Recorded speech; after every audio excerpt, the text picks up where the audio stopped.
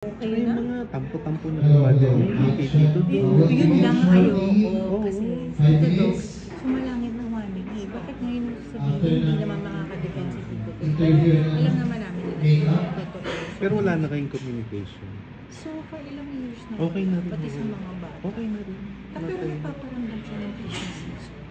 Ano, sa mga, kasi hindi siya pinapala ng mga, parang bilinak nila. Kasi nagkaroon ng mga instance of that. Pero yung isang ano ko, kaya yung elders, yung Facebook friends pa rin sila. Kasi ang point na ko.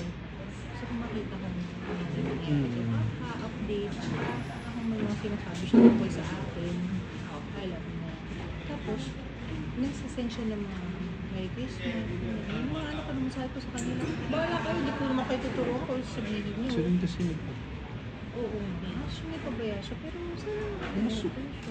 superstar nung 80s. Yun lang nga naaawa lang din ako kasi parang yung bitterness lumalabas sa ito.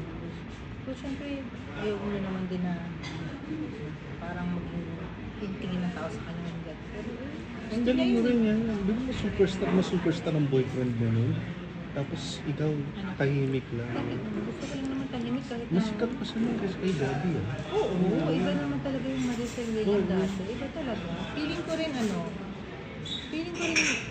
malaking factor din yung kay William yung kasi katan niya mo. Tapos diba naging rocky yung journey niya. Pero it's our life choice. Oo. Diba? Mag-isimula na. Okay lang. So ngayon, looking back, anong mga life lessons mo? Ano ba yung mga major?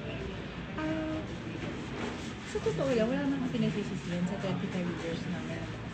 Wala. Kasi syempre nagkaroon kami ng apat na anak. And I'm so happy din na kasama ko sa kulit ko. In all fairness naman, napag-graduate ko sila lahat sa nakakalang sa proud ako sa sarili ko kasi very independent ako. Tsaka natutunan ko rin na like, yung mga bagay na hindi mo na rin mapipilit pagka natry mong i-work out pero parang baka diba natry mo na pero ayaw mo na ipilit. Siguro talagang pag may baka ng course sa buhay na kailangan i-take mo na yun tapos doon ka na bukangan. So, dami ko natutunan to be independent, kung paano na kami lang magiging na yung ano lang, you and me against the world kami. So, sobrang happy ako. Pero ngayon, it's a different phase kasi lahat ng anak yung katrabaho. Yung apat. So, ngayon ko concentrate. Sobrang happy ko. Concentrate na lang ako sa sarili ko. Which is, natutuwa ako kasi hindi ako nawala ng work. Kaya sobrang thankful ako sa Viva. Tsaka lagi nila ako pinapaya kung gumawa ng project sa labas. Hindi ba artist ka ba? Okay, Tita G. Viva. Artist agency?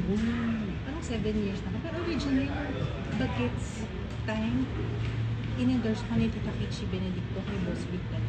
So, sobrang happy ako. Bumalik ako, which is yung tamang ginawa. Pero kasi ikaw ba naisip pa rin na magkaroon ng partner? Yung imagine pa rin sa may partner? Hindi mo pa, may boyfriend ako. Wow. Pero damit na Pwede nang yan. yan. Kasi bumibili sa Sa Santaro.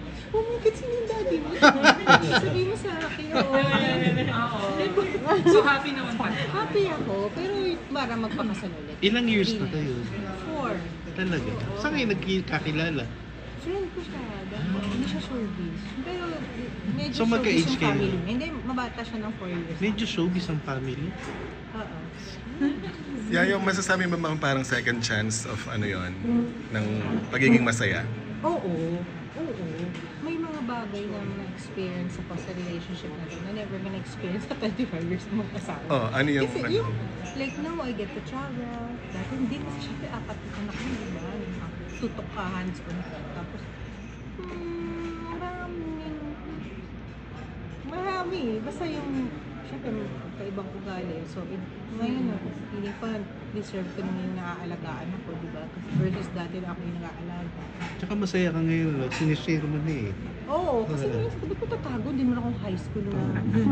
Share, di ba pag may blessing ka, i-share mo. Although, syempre, it's not a perfect relationship. Pero hindi kayo magkasama sa bahay? Hindi.